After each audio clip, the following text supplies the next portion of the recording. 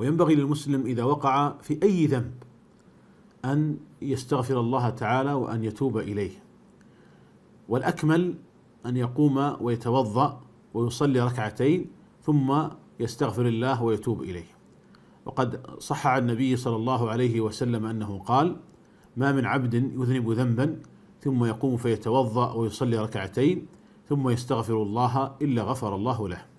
اجعل هذا مبدأ لك في حياتك، كلما وقعت في ذنب أو معصية قم وتوضأ وصلي ركعتين واستغفر الله تعالى وتوب إليه. والله تعالى يقول: والذين إذا فعلوا فاحشة أو ظلموا أنفسهم ذكروا الله فاستغفروا لذنوبهم ومن يغفر الذنوب إلا الله ولم يصروا على ما فعلوا وهم يعلمون.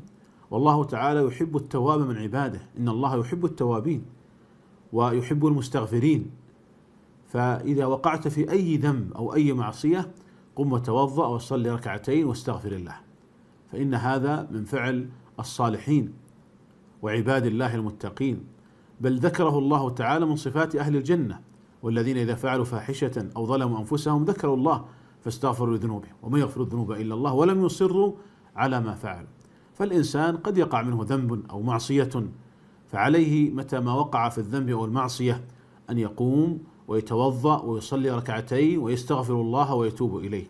وإذا كان الذنب متعلقا بحق آدمي يذهب إلى هذا الآدمي ويتحلل منه ما استطاع إلى ذلك سبيلا، يتحلل منه بكل وسيلة حتى يحلله ذلك الآدمي. إن كان أخذ منه مالا يعيد إليه ماله، المهم أنه يتحلل من ذلك الآدمي بكل وسيلة. فهذا من صفات أهل الجنة ومن صفات أولياء الله وعباده المتقين، أنهم لا يصرون على الذنوب والمعاصي، بل متى ما وقعوا في الذنب استغفروا الله تعالى وتابوا إليه.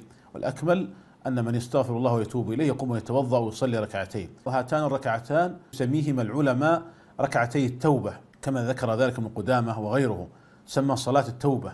فإذا قام وتوضأ وصلى ركعتين واستغفر الله تعالى فإن الله تعالى يغفر له ذنبه.